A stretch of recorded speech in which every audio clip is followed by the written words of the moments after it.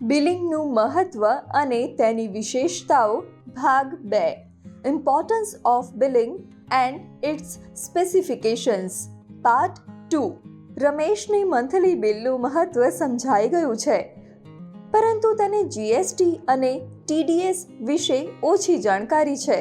તો ચાલો આ વિશે થોડું વિસ્તારપૂર્વક જાણીએ. ગુડ્સ એન્ડ સર્વિસીસ ટેક્સ એટલે કે જીએસટી વસ્તુઓ અને સેવાઓ પર લાદવામાં આવતા ઘણા ટેક્સને દૂર કરીને હવે જીએસટી લગાવવામાં આવે છે. કન્સ્ટ્રક્શન ક્ષેત્ર સર્વિસ સેક્ટર અંતર્ગત આવે છે, જેમાં 18% ટેક્સ લાગે છે.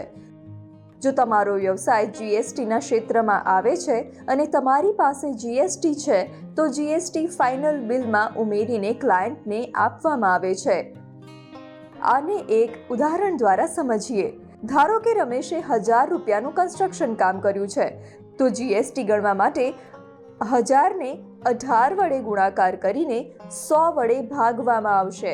આ ગણતરી દ્વારા જીએસટી 180 રૂપિયા રમેશનું કુલ બિલ થશે.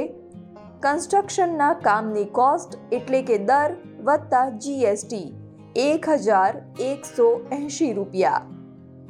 Tax deducted at source TDS એક એવી ટેક્સ પ્રથા છે જેના અંતર્ગત બિલની ચૂકવણી કરતા પહેલા કેટલાક ટકા રકમ ટેક્સ તરીકે કાપવામાં આવે છે.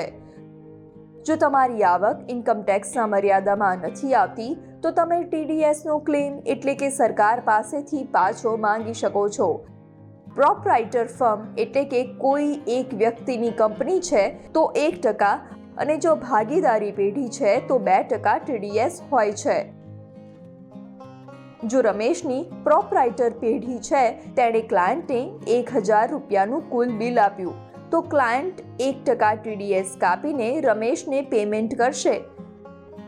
ટીડીએસ કાપવા માટે તે 1000 ને 1 વડે ગુણાકાર કરી 100 વડે ભાગાકાર કરશે.